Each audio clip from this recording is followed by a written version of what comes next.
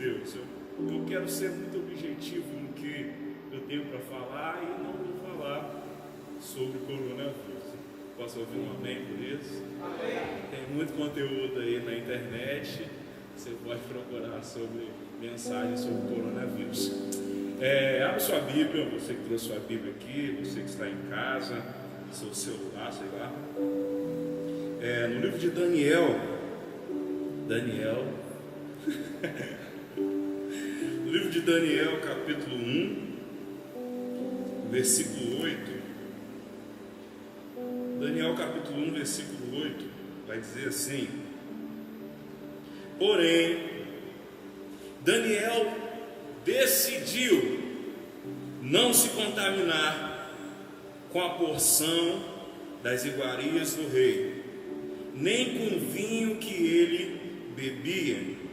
Então pediu permissão ao chefe dos oficiais para não se contaminar. Vou repetir. Porém, Daniel decidiu não se contaminar. Preste atenção nessa palavra.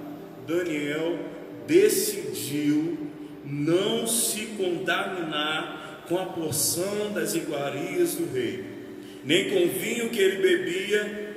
Então pediu permissão ao chefe dos oficiais para não se contaminar.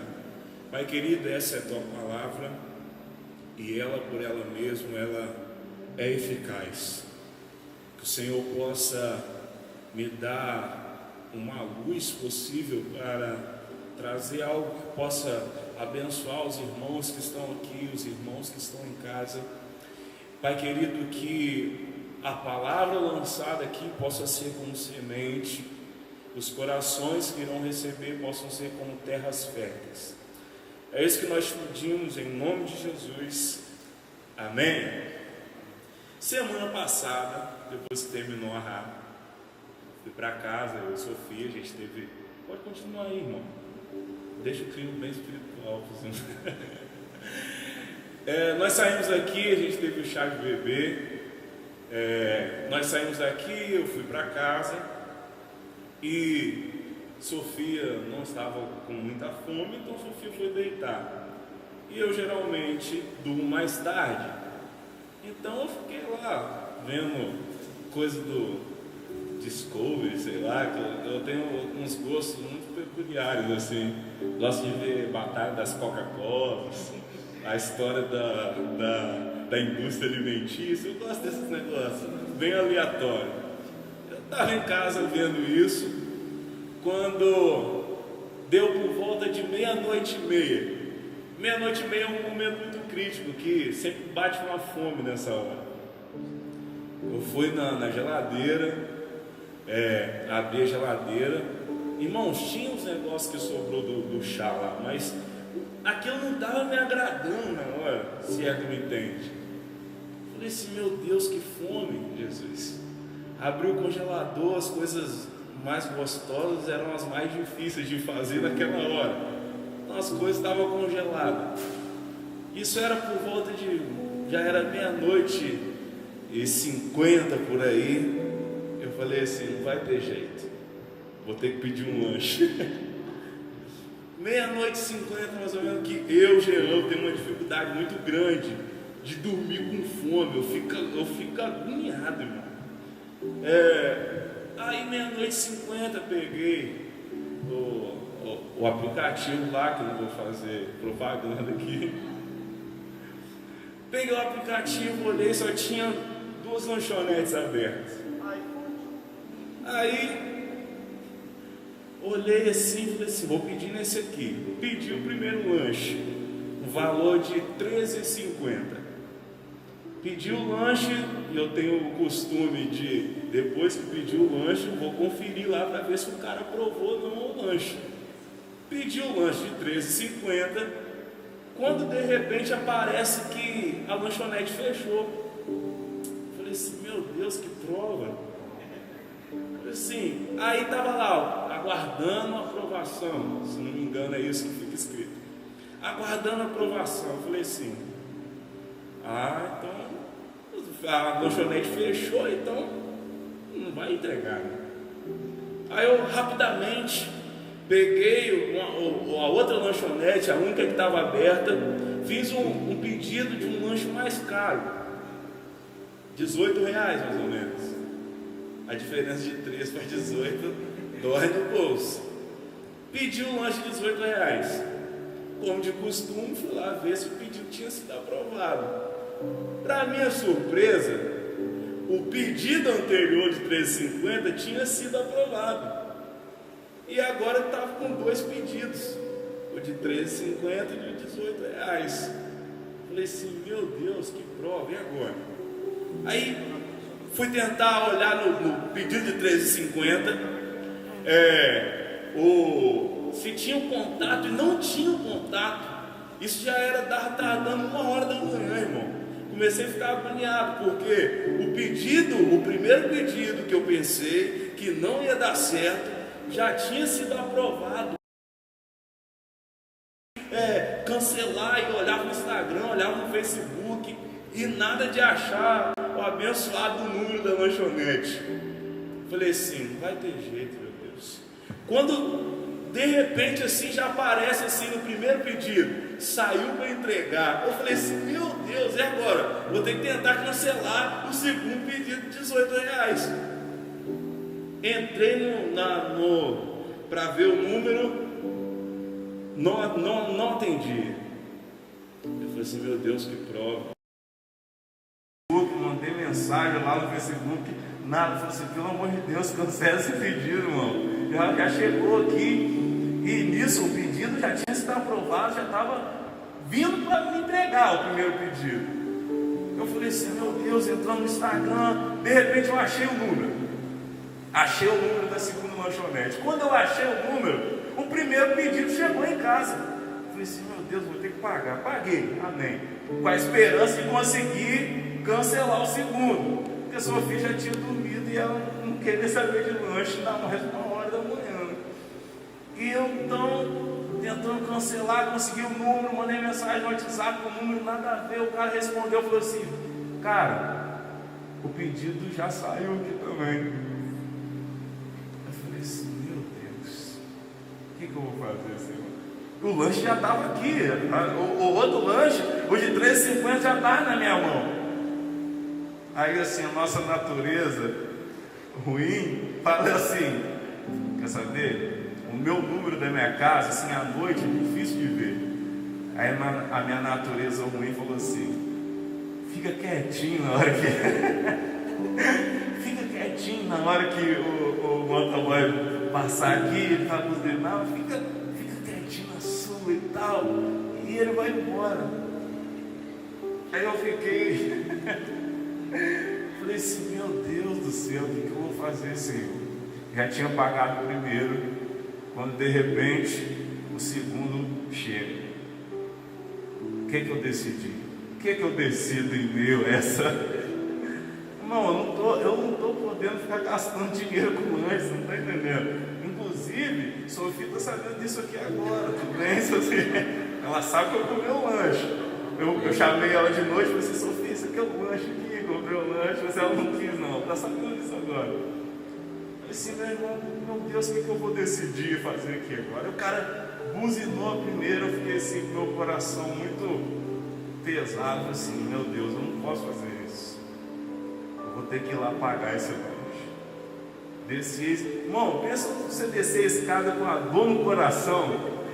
O lanche mais barato já tinha chegado, eu estava pagando mais caro agora. E eu com a dor no coração, descendo aquela escada, cheguei pro cara e falei assim, o número de vocês não está funcionando, né? Ele falou assim, pai, não está funcionando. Eu falei assim, eu pedi para cancelar. Ele falou assim, mas eu já tinha saído, muito entregue e tal. Eu fui e paguei. Mas foi uma decisão difícil, foi. Eu quero falar um pouco sobre decisão, mas antes, o texto que eu li com vocês, o livro de Daniel, eu quero ser muito objetivo no que eu vou falar. O contexto é o seguinte: Judá, o reino de Judá, foi sitiado, foi cercado, foi dominado pelo reino da Babilônia. O povo de Deus, os babilônicos, não representa, é claro, o povo de Deus. Quem está aqui comigo, diga amém. Quem está aí comigo em casa, diga amém. Os babilônicos não representavam o povo de Deus, por algumas razões bem óbvias. Eles tinham vários deuses. Não tem como você servir o nosso Deus crendo em um monte de coisa. E a primeira coisa que eu quero falar é o seguinte: o nosso Deus é um só. Não sei em quem você tem confiado, mas nós confiamos em Deus. A nossa expectativa, a nossa confiança está em Deus. Nós cremos em um único Deus que é três ao mesmo tempo. Esse é o nosso Deus. E o povo da Babilônia, eles criam em vários deuses: o Deus do sol, um Deus da lua lá, o Deus dos céus, mas nós confiamos em um Deus. E como foi cantado aqui, nosso Deus, ele trabalha e ele não para. O nosso Deus, ele guarda, ele nos protege, e ele mandou o seu filho para morrer em nosso lugar, para nos salvar. Esse é o nosso Deus. Então o contexto é o seguinte: que o livro de Daniel está sendo escrito. Judá era um reino representando o povo de Deus, e a Babilônia era um outro reino que veio e dominou Judá e não representava o povo de Deus. O interessante do texto de Daniel que nós lemos é que Nabucodonosor, o rei da Babilônia, ele tem uma estratégia muito boa. Quando ele chega no local, ele leva a galera real dele, a galera real do local, e leva para a cidade da Babilônia. E o versículo: então o rei disse a Aspernais, o chefe dos oficiais, que trouxe alguns dos israelitas,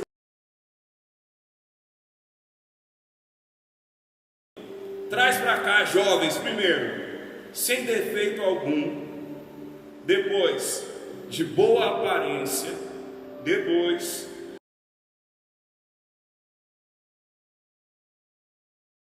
e instrução, com capacidade para servir no palácio do rei.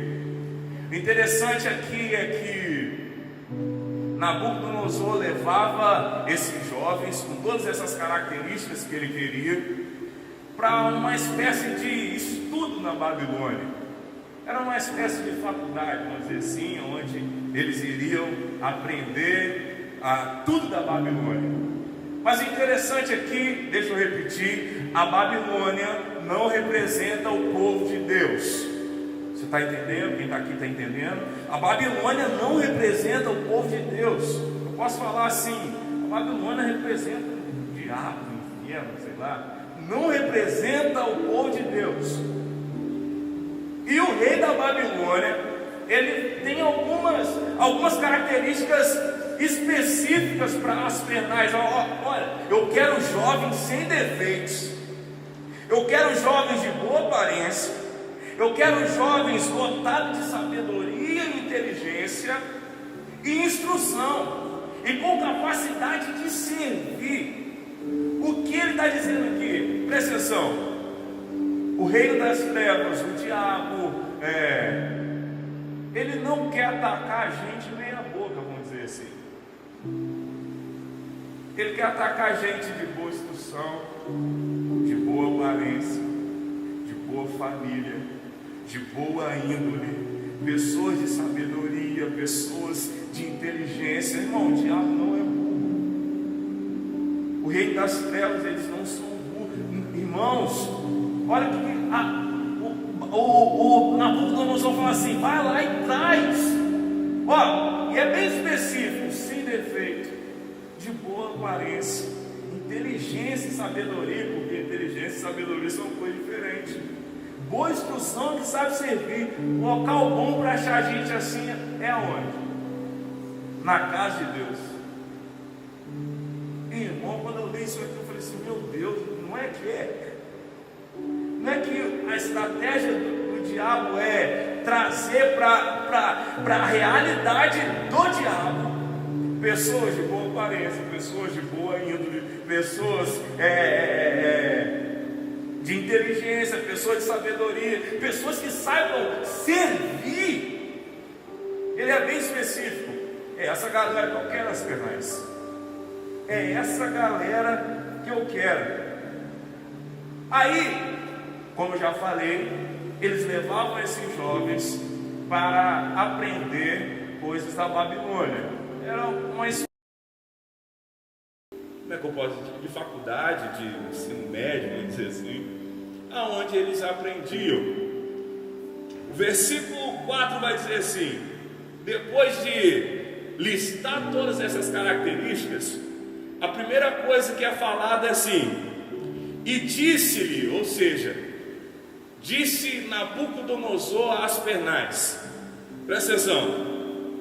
Primeiro, ensina a cultura e a língua. Irmão, a primeira, por exemplo, Marquinhos está aqui, já estudou fora. Sofia está em casa, também já estudou fora. Para você aprender uma língua, cadê o Marquinhos? Deixa eu olhar, Marquinhos. Me corrija se eu estiver equivocado. Quando você vai aprender uma nova língua, antes você tem que entender a cultura do povo que fala, porque não é simplesmente você aprender ao pé da letra a língua que você vai falar. Você tem que conhecer um pouco da cultura dos caras. Antes de ensinar a língua aqui, Nabucodonosor fala o quê? Ensina a cultura. Irmão, nos ambientes de aprendizado que nós temos hoje, nas escolas, nas faculdades, a gente tem que prestar atenção nos ambientes onde a gente está. Estudar não é errado, mas nós que estamos dentro dessas características que Nabucodonosor quer, a gente tem que prestar atenção, porque a primeira coisa que Nabucodonosor quer mudar em nós é a nossa cultura. É a cultura. Existe um antropólogo chamado Edward Taylor. Ele gostou da pronúncia. Edward Taylor. Esse antropólogo é assim, um pai de todos. É um antropólogo inglês muito conhecido, e ele vai dizer o que é cultura. Eu vou meio que tentar explicar mais ou menos o que ele disse. Edward Taylor disse que cultura presta atenção, conhecimento. Engloba-se dentro da cultura conhecimento, engloba-se dentro da cultura a crença, engloba-se dentro da cultura a arte, engloba-se dentro da cultura a moral, engloba-se dentro da cultura a lei, engloba-se dentro da cultura os costumes. Quando Nabucodonosor está falando assim, ensina a cultura primeiro, está falando assim, eles vão ter que conhecer, saber o que nós sabemos, eles vão ter que ter a crença que nós temos, eles vão ter que conhecer a arte que nós fazemos, eles vão ter que entender e a nossa moral, como que nós vemos o mundo, como que nós agimos em determinadas situações. Ele está dizendo que a lei ia mudar, ele está dizendo que os costumes iriam mudar. O inimigo, ele é muito certeiro, irmão. A gente tem que prestar atenção nos ambientes de aprendizado onde a gente está, porque o inimigo quer mudar a nossa cultura, ele quer mudar aquilo que nós conhecemos, aquilo, a nossa crença, aquilo que nós acreditamos, a nossa arte. Parece que não. Música, vou dizer, a arte se engloba, música se engloba dentro de arte. Irmão, começa a ouvir uma musiquinha que você acha que não tem nada a ver. Tem a ver sim, cara. Tem a ver sim. Porque você começa a mudar a cultura, você começa até a ouvir canções diferentes das canções que você ouvia antes.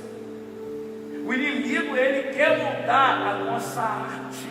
O inimigo quer mudar a nossa moral. Como nós conhecemos o mundo, como nós definimos e como o modo que nós vemos as coisas. A primeira coisa que o inferno quer atacar a nós é mudar a nossa cultura.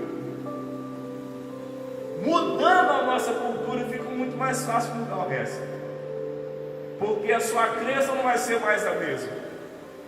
O modo que você olha o mundo não vai ser mais o mesmo. O modo que você usa a arte não vai ser mais a mesma. Você vai até tocar coisa do mundo e coisa de Deus e achar que é só música, é só arte. E não é. Não é. Vai mudar a sua cultura, vai querer mudar a sua arte, vai querer mudar a sua crença, vai querer mudar os seus costumes, vai querer mudar as leis de Deus. O inimigo quer agir primeiro mudando a sua cultura.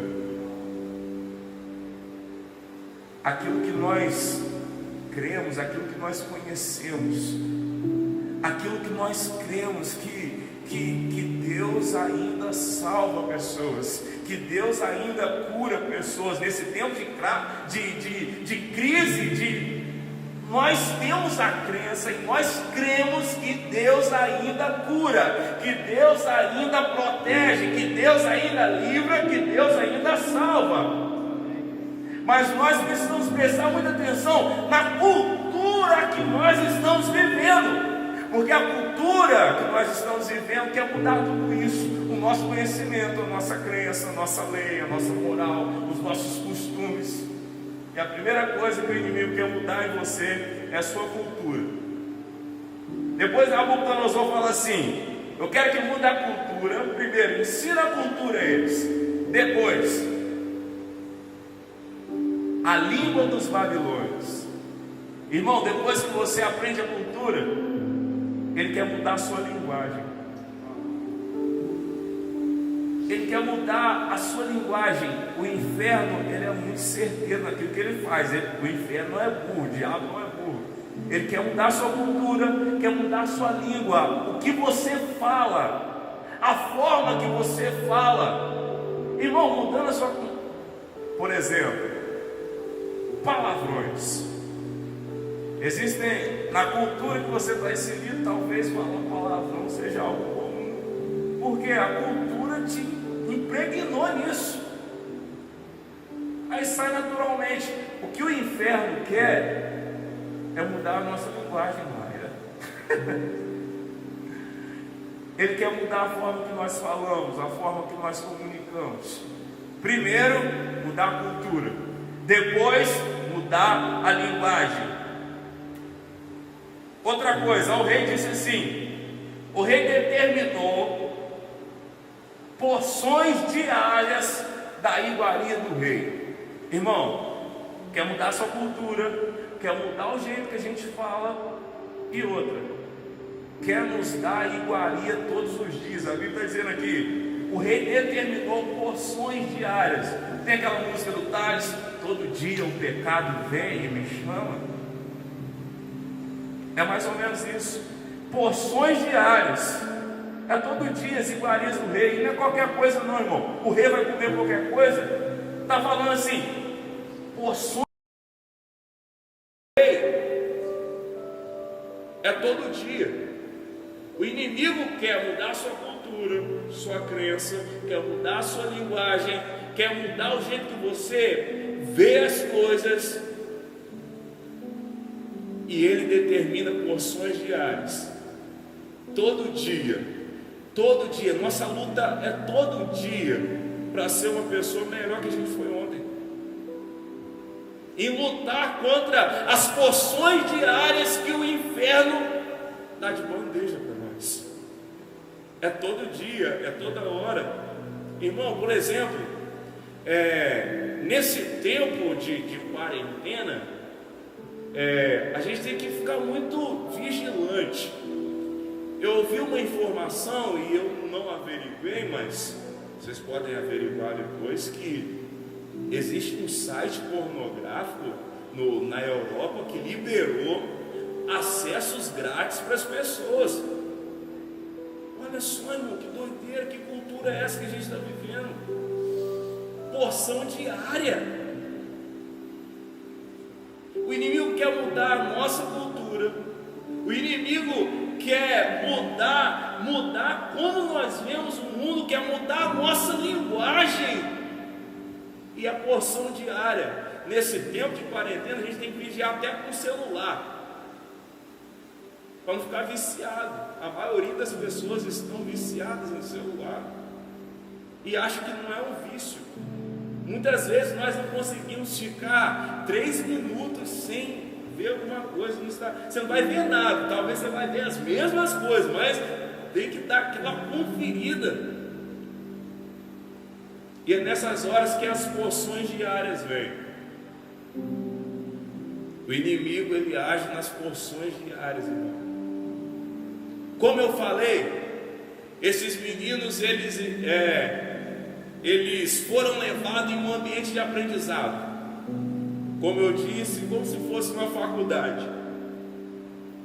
E eu não sei se vocês aqui, ou o pessoal que está em casa, conhecem. Eu conheço pessoas que eram fervorosas na igreja, bateram dentro de uma faculdade, mudou totalmente. Por quê? A cultura mudou. Mudando a cultura, muda a linguagem. E as porções são o quê? Diárias. Irmão, quantas pessoas? Irmão, pessoa fervorosa. Eu não estou falando de gente meia boca, estou falando de gente crente. Gente que era engajado na igreja. Existem várias pessoas que, quando entram no ambiente de aprendizado, se permitem, porque a gente tem que ficar vigilante. Quando entram no ambiente de faculdade, que é o contexto mais fácil de falar, a cultura muda, a crença muda, a moral muda, a lei muda, a arte muda, a linguagem muda, e se entrega totalmente às porções diárias que o rei determina. Era um ambiente de aprendizado, mas nós precisamos ficar, irmão, estudar é bom, mas nós precisamos ficar atentos nos ambientes de aprendizado que a gente está, porque a cultura que o mundo tem não é a nossa cultura. E eles querem mudar a nossa cultura, para mudar a nossa linguagem, para mudar aquilo que nós somos. O interessante é que depois disso, a Bíblia vai dizer que entre os rapazes sem defeito, de boa índole, existiam 4 jovens: Daniel, Ananias, Misael e Azarias. Presta atenção, o chefe dos oficiais, versículo 7, o chefe dos oficiais lhes deu um outro nome: a Ananias de Sadraque, Misael de Mesaque e Azarias de Abednego. Irmão, quando o inferno se levanta, ele quer mudar a sua cultura, ele quer mudar a sua linguagem, ele quer botar porções diárias para você, e uma coisa muito importante, ele quer mudar quem você é. Ele quer mudar quem você é. Irmão, você já parou para prestar atenção no significado do nome de Daniel, Ananias, Misael e Azarias? Daniel significa: Deus é o meu juiz. Ananias significa: Deus é misericordioso. Misael significa: quem é como Deus? E Azarias significa: Deus é a minha força. O que o inferno quer é mudar a sua identidade, mudar quem você é, porque os nomes que foram dados a eles eram nomes pagãos, nomes de fazendo referência aos deuses da época. Muitas vezes eu cantei, irmão, Orelha e Fogo. Sadraque, Mesaque e Abednego. Eu nem sabia por que eu estava falando isso, mas era para eu falar Ananias, Misael, Azarias. Irmãos, o inferno quer mudar quem nós somos.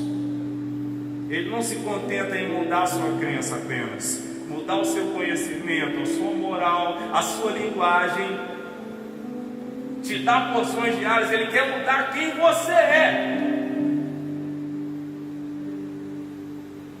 Mas o versículo 8 vai dizer o seguinte, que foi o versículo que nós lemos: porém, Daniel, dá uma glória a Deus aí, Daniel. Glória a Deus. Porém, Daniel decidiu não se contaminar com as porções da iguaria do rei. Daniel decidiu.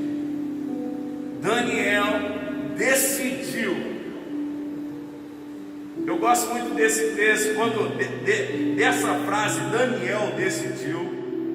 Não porque Daniel decide algum jogo. Daniel nunca decidiu nenhum jogo na vida. Nunca decidiu. Obrigado. Daniel falou que vai editar. Era só verdade. Essa frase é muito boa. Daniel decidiu. Irmãos, tem alguma irmã de oração que apareceu aqui no texto? Ouviu? Aqui no texto tem algum. E veio do céu a voz como de trovão, e Deus disse: Daniel, decida não se contaminar. Tem isso no texto? Não tem. Não tem. Aí a Bíblia diz que Daniel decidiu não se contaminar. Irmão, Daniel decidiu não se contaminar. Quais decisões você tem tomado na sua vida até hoje? Eu falei do sábado passado, a decisão que eu tive no sábado passado era pagar ou não o lanche. Irmão, Deus não estava vendo, Deus estava vendo, mas vocês aqui não estavam vendo.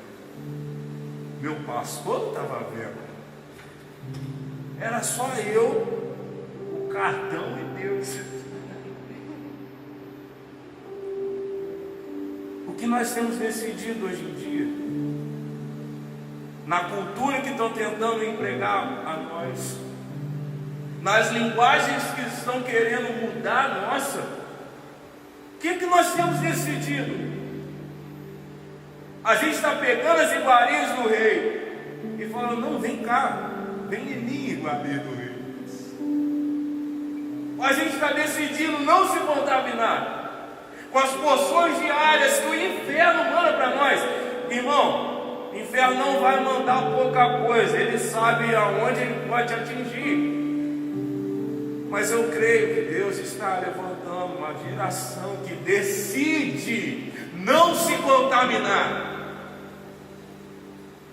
Uma geração que decide não se contaminar.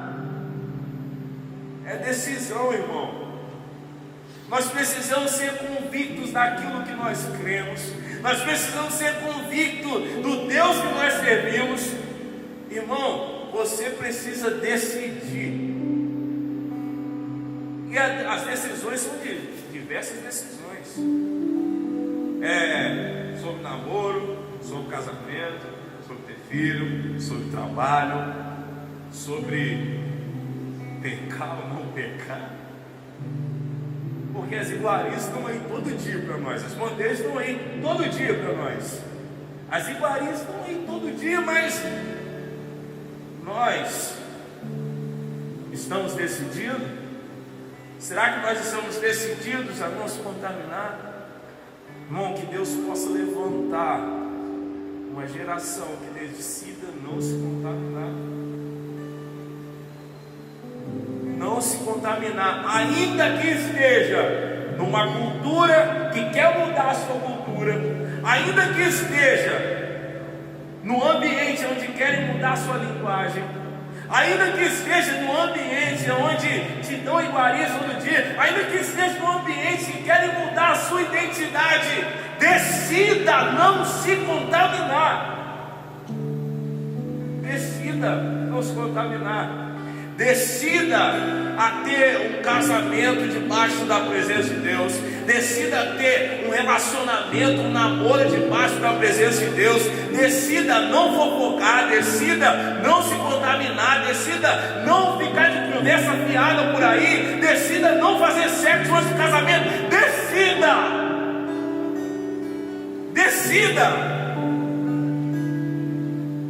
Decida não se contaminar. Decida não se contaminar. A Bíblia vai dizer que Daniel decidiu não se contaminar. E os amigos, irmão, a Bíblia vai dizer assim: Daniel decidiu não se contaminar. Daniel decidiu, os amigos dele foram junto com ele. Irmão, você está andando gente decidida, gente que sabe o que quer da vida, gente que conhece Deus, gente que quer mais de Deus, gente decidida. Daniel decidiu não se contaminar. Daniel decidiu não se contaminar, os amigos dele. Tamo junto, Daniel. Decida andar com pessoas que decidem não se contaminar. Será que as nossas amizades são amizades decididas em Deus? Decida não se contaminar. Porque quem decide não se contaminar, a Bíblia vai dizer que Daniel decidiu. Ananias, Misael e Azarias, estamos juntos, Daniel. E eles começaram. Eles decidiram não se contaminar. O chefe falou assim: beleza, mas vocês podem ficar meio fraquinhos. Não, mas a gente decidiu. A Bíblia vai dizer que, irmão, Deus abençoou esses meninos. Porque passados os dias, enquanto os outros estavam raquíticos, eles estavam fortes, esbelos. E Deus abençoava eles em tudo que eles faziam. Olha só o que o versículo 19 vai dizer: então o rei conversou com eles e não encontrou, irmão, presta atenção, não encontrou ninguém como Daniel, Ananias, Misael e Azarias entre todos os outros. Por isso eles passaram a servir. E o rei achou os 10 vezes mais instruídos que todos os magos, que todos os adivinhos que haviam naquele reino. Irmão, quando nós decidimos não se contaminar com a cultura, com a linguagem, decidimos não falar vem em mim, iguaria do rei. Quando nós não mudamos, ainda que queiram mudar a nossa identidade, mas quando nós decidimos não se contaminar, Deus nos abençoa. Deus nos abençoa. Deus nos abençoa. Irmão, eu estou te convidando em tempos de coronavírus ser uma pessoa decidida. Decida crer, decida confiar em Deus, decida se afastar de amizades, decida se afastar de relacionamentos que não te levam a Deus. Decida. E relacionamento não é só amizade não, irmão, é namoro. Casamento, irmão, casou, já era. Se vira, o problema é seu, mas namoro ainda dá para você ir tomar decisão se essa pessoa é de Deus ou não. Então decida.